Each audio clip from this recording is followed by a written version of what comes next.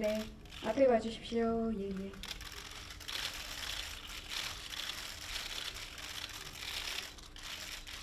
네, 오른쪽도 살짝 봐주시고요. 예, 예.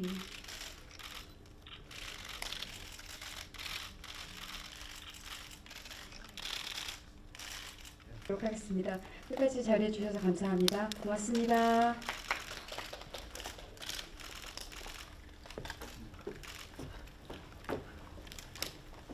입니다. 네. 네. 오늘 왼쪽에 살짝 있습니다. 네. 우측 봐주시고요. 예. 네. 네. 네. 좌측 먼저 봐주시고요. 왼쪽이요. 예. 네. 가운데 보시겠습니다.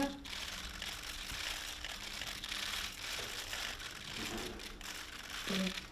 우측 살짝 봐주십시오. 예. 예.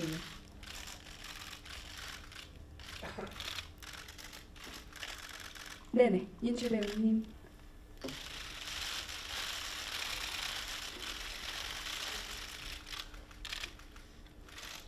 네. 살짝 왼쪽에 살짝 봐주시고요. 예.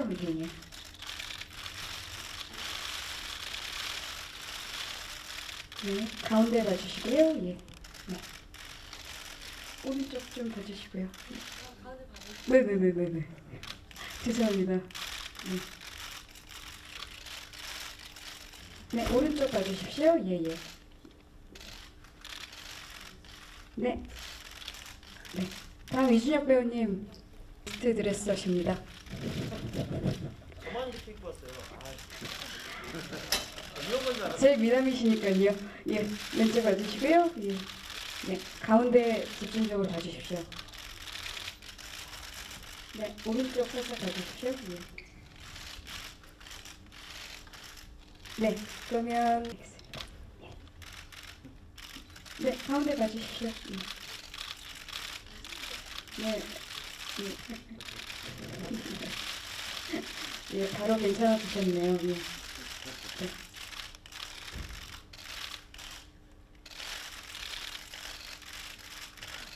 네, 가운데 봐주시고요. 예. 네. 예, 감사합니다. 네 분 그러면 예, 같이 있습니다.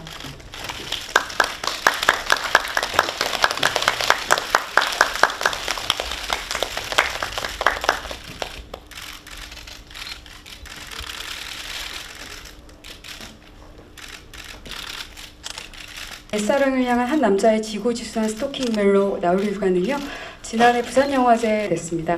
우선 여러분께서 다 감회가 남다르실 것 같은데요. 네, 아래. 네, 영화 잘 봤습니다. 여쭤볼게요. 영화가 정말 멜로적이면서 서정적이어서 제가 하나 여쭙도록 하겠습니다.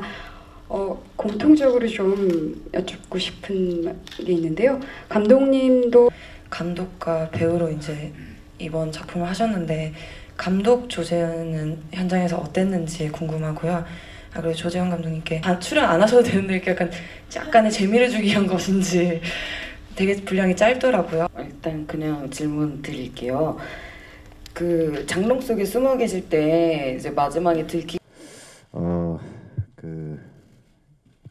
쑥스러운 건 뭐 당연한 것 같고요. 근데 작년에 또 거기다가 작년에 만들었던 영화를 올해 이렇게 또 다시 상영을 하게 되니까 더 쑥스럽네요. 근데 어쨌든 같이 출연해 주신 배우들한테 너무 고맙고, 그리고 또 영화를 만들면 또 개봉을 꼭 해야 되는 거더라고요. 그래서 또 개봉을 하게 됐는데, 물론 작게 하겠지만 이렇게 와주신 거 너무나 감사드리겠습니다. 고맙습니다. 윤주라고 합니다. 아직 실감이 안 나는 것 같아요. 개봉을 한다는 거에. 네, 저도 이제 앞으로의 나홀로 휴가의 행보가 굉장히 많이 궁금하고 열심히 응원하겠습니다. 네, 안녕하세요. 이강재 역할을 맡은 박효권입니다. 와주셔서 너무 감사하고요. 깜짝 놀랄 만한 영화를 만들고 싶었습니다. 예, 감사합니다.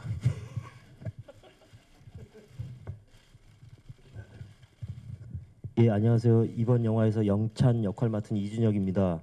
예, 사랑합니다. 예, 먼 걸음 해주셔서 너무 감사드리고요. 영화 재밌게 보셨는지 모르겠는데 예, 좋은 글 많이 좀 남겨주십시오. 감사합니다. 고맙습니다. 원래 이렇게 감독님들이 보면 누가 좋은 얘기 해주면 좋은 얘기만 듣고 나쁜 얘기는 귀에 안 들리는 것 같아요. 그래서 영화 실패하는 사람들 보면 좋은 얘기만 들었던 것 같아요. 지금 칭찬해 주니까 굉장히 기분이 좋네. 근데 저는 저가 어떤 감독에 대한 저 자신에 대한 기대치가 높지 않았고요. 하지만 제가 하고 싶은 이야기, 제가 공감하는 이야기를 한번 뭔가로 풀어보고 싶다는 생각을 했는데 그것이 글보다는 영화가 낫다는 생각을 했고요. 예전에 저는 뭐 독서를 많이 하는 스타일이 아닙니다. 딱 보시면 보이잖아요, 그죠? 네. 근데 예전에 그냥 뭐 사석에서 술자리 같은 사석에서 독서를 많이 하신 그 어떤 감독님이 일본 소설을 얘기하면서 그 40대 남자가 주인공인데 회사 일이 마치고 집에 가서 가기 전에 꼭 작은 오피스텔을 월세로 얻어서 거기서 발을 씻고 2시간 누워있다 가는 그런 소설이 있다라는 얘기를 들은 기억이 있습니다. 근데 그게 좀 나이가 먹을수록 그게 좀 굉장히 공감이 되더라고요. 그러면서 어느 순간 이런 이야기를 해보겠다고 했을 때 아마 거기서부터 출발이 된 게 아닌가라는 생각이 들고요. 이 남자가 뭔가 누군가를 이렇게 사랑하고 집착하고 그것이 이어지면서 어느 순간에는 그 소설 속에 내가 들었던 그 인물처럼 편안한 안식처 같은 자기만의 시간. 근데 어느덧 이 강재라는 사람도 10년이라는 세월이 흐르면서 그 집착이 자기 일상 속에 편안한 자기만의 행복한 시간으로 자리 잡을 수도 있지 않겠는가라는 생각을 하면서 출발을 했습니다. 예, 답변이 되셨습니다. 개저씨, 예, 이 역할을 하면서 약간의 대리만족, 예, 약간 대리만족 같은 걸 이게 뭐랄까 약간 어린애 같은 캐릭터더라고요. 이게 우리가 이게 사회적 약속이란 게 있잖아요. 우리 그 형성돼 있는 그 약속을 이렇게 쉽게 넘어오고 하는 개의치 않고 막 넘어가고 하는 그런 캐릭터인 것 같더라고요. 우리 어린애들을 보면은 사회적 약속이 없는 그 어린애들은 막 물건 아무데나 막 집어 던지고 가져왔다가 딴 데다 놓고 막 그게 굉장히 자유롭거든요. 그런 자유로운 것을 해봐서 너무 좋았고요. 특히 이 결혼 생활이라는 게 제가 애가 셋이거든요. 예, 그래가지고 굉장히 행복하면서도 굉장히 막중한 프레스 같은 게 있거든요. 근데 이 역할을 통해서 그런 거를 좀 물론 그렇게 살긴 힘들지만 현실에선 그렇게 살긴 힘들지만 이 작품을 통해서 그렇게 한번 해볼 수 있어서 좋았던 것 같아요. 네. 영화 할 때도 사실 그 조재현 선배님하고 펀치라는 드라마를 하면서 처음 뵀는데 한 중반 지나서 선배님이 연출을 하실 거다. 근데 효과나 네가 했으면 좋겠다 해서 그냥 얘기도 별로 안 물어보고 예 불러주시면 해야죠. 근데 속으로는 사실 설마 하겠어 이랬거든요. 근데 얼마 있다가 또 이제 시나리오를 쓰셨다고. 근데 엄청 거의 한 몇 시간 만에 정리를 해서 보내셨는데 꽤 많은 거의 시나리오 분량을 다 채우셔가지고 한 8시간인가? 되게 빨리 쓰셔가지고 보내가지고 설마 이거 찍겠어 했는데 또 찍게 되고 그렇게 하다 이제 찍었는데 사실 찍으면서도 저는 아직 결혼을 한 번도 안 했기 때문에 그 어떤 남편이나 이런 좀 기분을 몰랐는데 오히려 찍고 나서 만약에 저런 상황이면 어떨까 생각을 해봤더니 충분히 가능할 수 있다 이런 거 찍을 때는 사실 조금 그 선배님의 어떤 개인적인 이야기가 많이 들어가지 않았나 생각을 했는데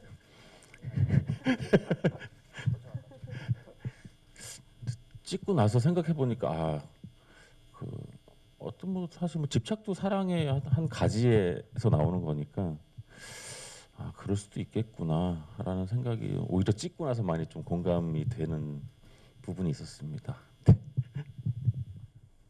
저는 이 작품을 하기 위해서 오디션 준비를 되게 열심히 했었어요. 청심환도 먹고 오디션 보러 들어가고 한 달여 기간에 마음 졸이는 감독님의 밀당에 열심히 마음을 졸이다가 행복하게 이렇게 촬영을 시작하게 됐는데요. 매번 연기할 때마다 뭐 강간을 당해서 그 아버지를 찾아 복수하러 들어가고 양아버지한테 맞고 이런 배역을 하다가 처음으로 사랑을 받는 조심스럽지만 사랑을 받는 역할을 해본 거거든요. 이게 나름 대리만족으로 행복함을 느끼게 되더라고요. 그래서 뭐 강재한테 더 많은 애착을 가졌었고 감독님한테 이런 행복감을 가지게 해주셔서 감사하다는 말씀 드리고 싶고요. 글쎄요, 저도 이 대본 보면서 뭐 선배님과 같이 이거는 대본을 볼 때 정말 현실감이 조금은 느껴졌거든요. 뭐 누구라 말은 안 하겠지만 이건 누군가의 분명 현실일 거다, 실화일 거다라는 생각을 가지고 이렇게 대본을 봤었는데 영화로 나온 걸 보고 네. 확실히 더 현실감과 누군가의 이야기라는 생각에 좀 호흡을 같이 할 수 있다라는 생각이 들더라고요. 네, 되게 저는 좋았어요. 그 대부분 내 얘기라고 막 생각하고 막 상상을 하시고 결정을 지어버리셔가지고 출발은 저의 관심이었습니다. 저의 관심 있는 이야기를 시작했고요. 물론 누군가를 한번 생각해 본 적도 있지만 근데 그게 그렇더라고요. 이 글을 써보니까 금방 몇 개 안 되더라고요. 쓸 게 없더라고요. 그래서 결국은 제가 들었던 주변의 선후배들 이야기 사연들이 많이 들어가 있습니다. 배우도 있고요. 작가도 있고 그리고 또 일반인도 있고요. 그것이 아마 이제 강재한테 주어지는 상황들이 많이 좀 들어가 있습니다. 그래서 그 얘기를 꼭 드려야 될 것 같습니다. 안 그러면 제가 집에 들어가서 굉장히 혼날 것 같아요. 네. 네, 그 조재현 선배님은 굉장히 그 밸런스가 좋으신 분 같아요. 옆에서 이제 드라마 촬영하면서도 뵀지만 영화를 촬영하면서 이제 감독, 제작, 뭐 총괄을 다 하셨는데 옆에서 보면서 되게 균형 감각이 좋으신 분이구나. 그래서 좀 배울 점이 좀 많은 선배님이라는 생각이 들었고요. 근데 이제 같이 배우를 하시는 분이 감독을 하는 부분에서는 그 이제 영화 뒷부분에 제가 그 시연의 친구를 찾아가서 뭐 울먹이면서 뭐 얘기를 듣다가 이제 그런 장면이 있는데 찍고 있는데 감독님이 모니터 앞에서 제 감정에 몰입을 해서 울고 계시더라고요. 그래서 되게 부담스러웠고, 그러니까 몰입에 좀 방해를 많이 하신 것 같아요. 아니 본인 역할 하셔야지 자꾸 배우 역할을 하고 계셔가지고 그러다 보면 저도 촬영하다가 모니터 쪽을 보게 되거든요. 감독님 뭐 하고 계신가. 그래서 좀 몰입에 좀 방해됐던 부분이 있었던 것 같습니다. 하려고 그랬었는데요. 박학경 씨를 보고 나서 그렇게 된 게 맞고, 그래서 그 다음에는 이준혁 씨 역할을 또 이제 하려고 그랬어요. 하려 했더니 또 주변에서 많이 말리더라고요. 이번에는 첫 감독을 하는데 연출만 집중하는 게 더 보기 좋을 것 같다. 진짜 아쉽더라고요. 또 밀렸어요. 그래서 밀려서 그러면은 한 번만 하자 해서 그 역할이라도 하게 된 겁니다. 예. 그 사연은 그렇습니다. 답변이 되셨는지요? 또 질문하고 이제 엔딩하고 비슷해져 가는데요. 처음 제 생각은 장롱이 열리면서 박혁건 씨 얼굴에서 한참 스톱대에 있는 얼굴로 할 생각이었어요. 그랬다가 그 뒤에 자꾸 아파트를 걸어 나오는 이 남자의 모습을 담고 싶은 생각이 들더라고요. 그리고 멀리 화면에 보이셨는지 모르겠지만 작은 점처럼 이렇게 여자가 아무 말 없이 바라보는.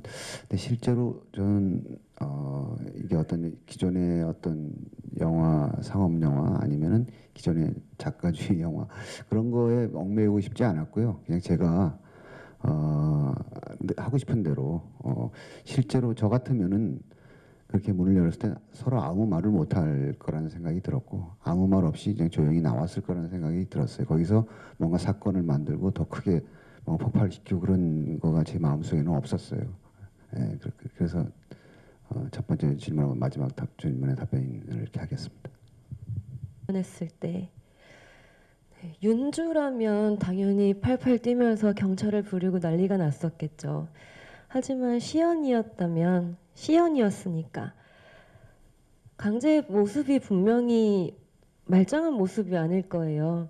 바지도 젖어 있고 온갖 땀과 냄새와 엄청난 모습을 가지고 장롱 안에서 있었을 텐데 시연이 아까 말씀하셨듯이 김재동 분의 그 나레이션 안에서 있었듯이 여자가 남자보다 더 빠른 게 아니라 저는 여자는 좀 더 현실에 더 빨리 적응하고 인지를 하고 나아간다고 생각을 하거든요.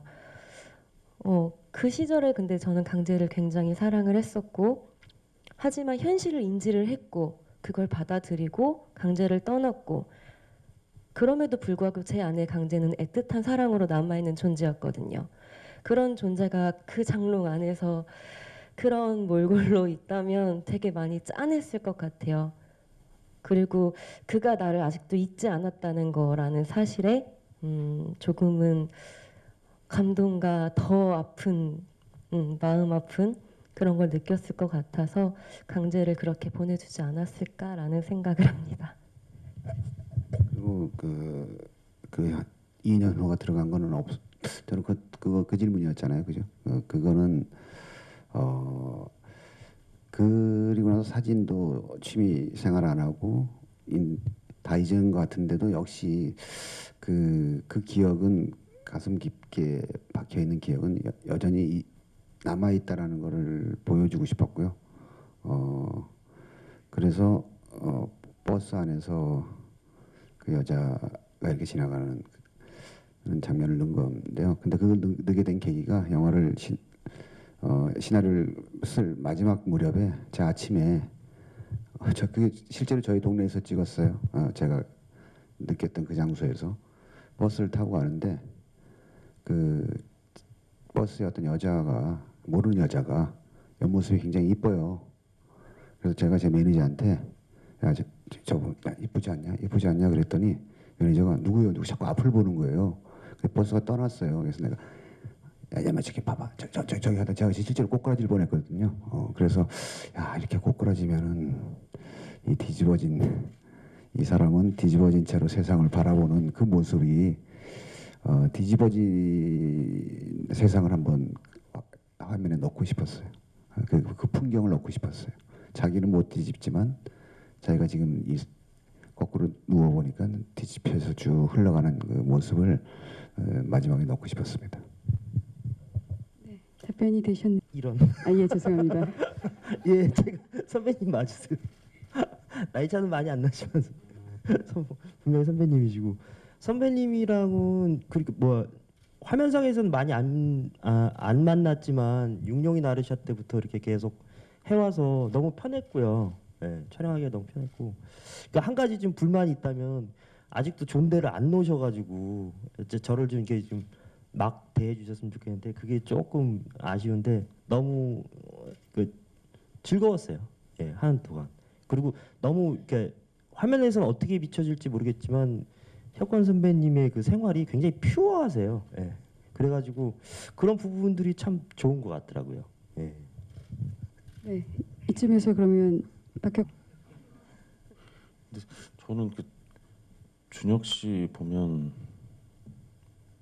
이번에 그 라디오스타라고 같이 나가기로 했는데 되게 안심이 되는 부분이 같이 육룡이 할 때도 그렇고 뭐 대본을 읽다가 좀 본인 의도대로 좀 애드립 리딩 할 때도 좀 애드립을 하는데 준혁 씨는 끝까지 해요 그거를. 그래서 보통 이제 반응이 안 나오면 그냥 하다가 좀 이렇게 잦아드는데 준혁 씨는 끝까지 해서 결국은 좀 웃기고 이렇게 마무리를 딱 짓게 만들어서 이번에 같이 토크쇼 나가기로 했는데 되게 안심이 되는 어떤 아군으로서 되게 든든한 친구입니다.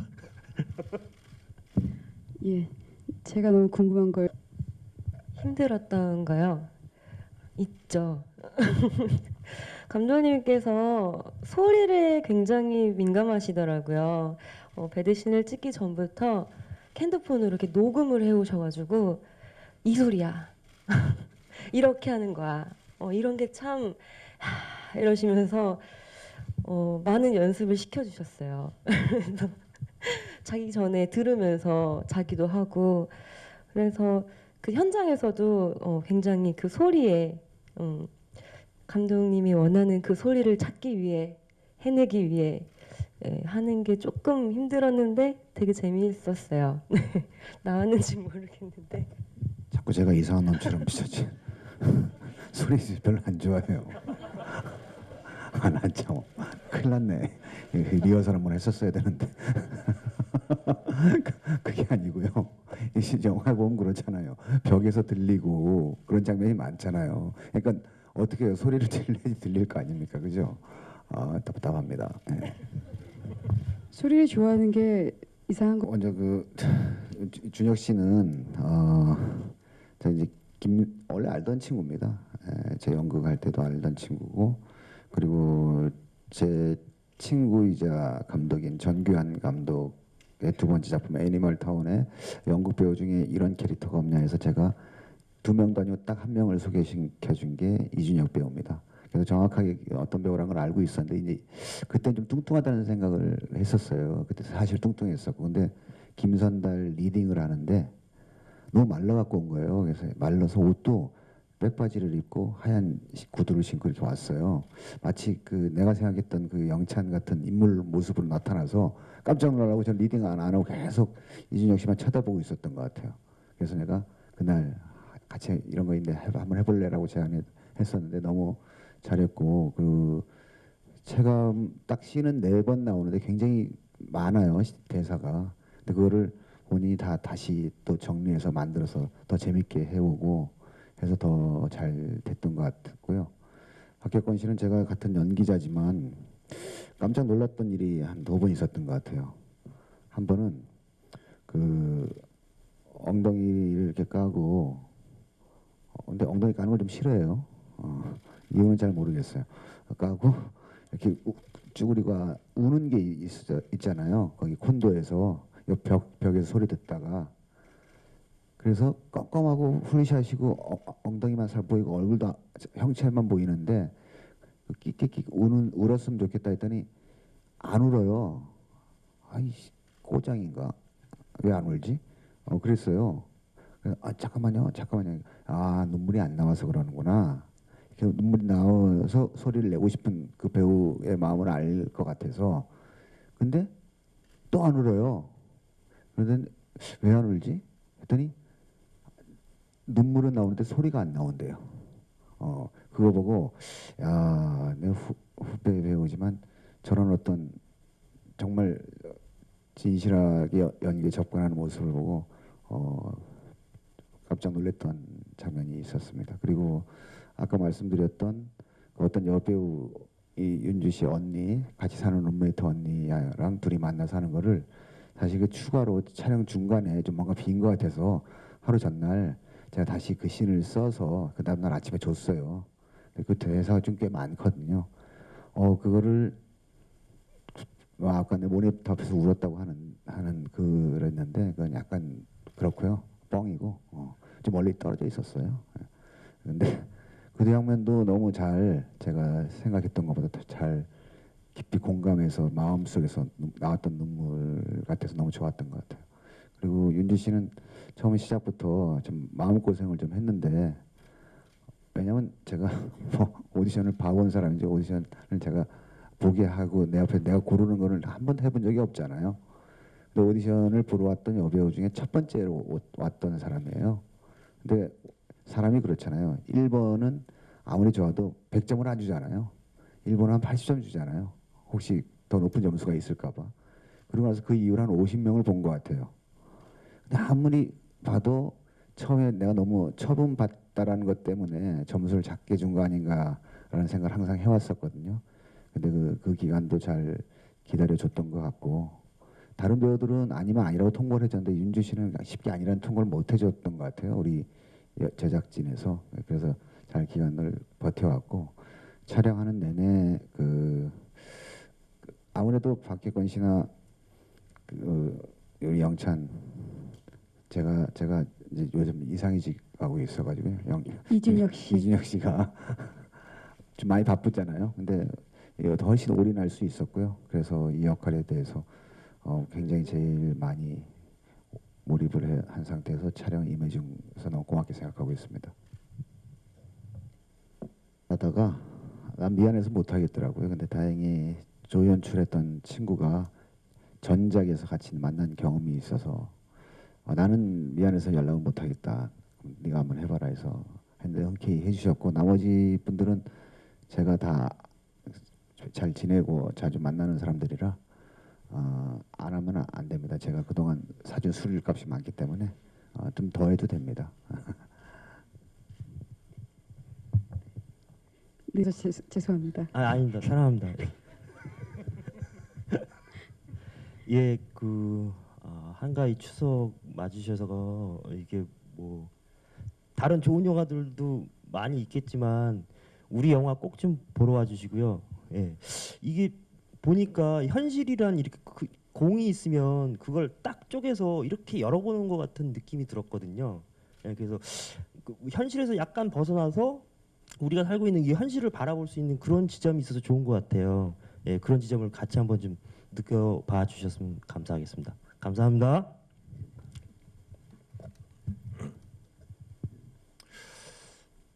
이제 사실 그 바람 피우는 거에 대해서 예전에 생각을 해봤는데 바람이 좋은 점은 그 바닥을 완전히 다 드러내지 않아서 좋은 것 같거든요. 바람 피는 대상하고 사실 뭐 전기세 얘기할 일도 없고 뭐 어떤 생활에 대한 부딪힘이 없기 때문에 그러니까 좋은 부분만을 얘기할 수 있고 그런 것만을 추구할 수 있으니까 바람도 바람의 미덕이라면 저는 그런 게 있다고 생각했는데 뭐 추석 맞아서 볼 영화가 될지 모르겠지만 바람도 사랑입니다.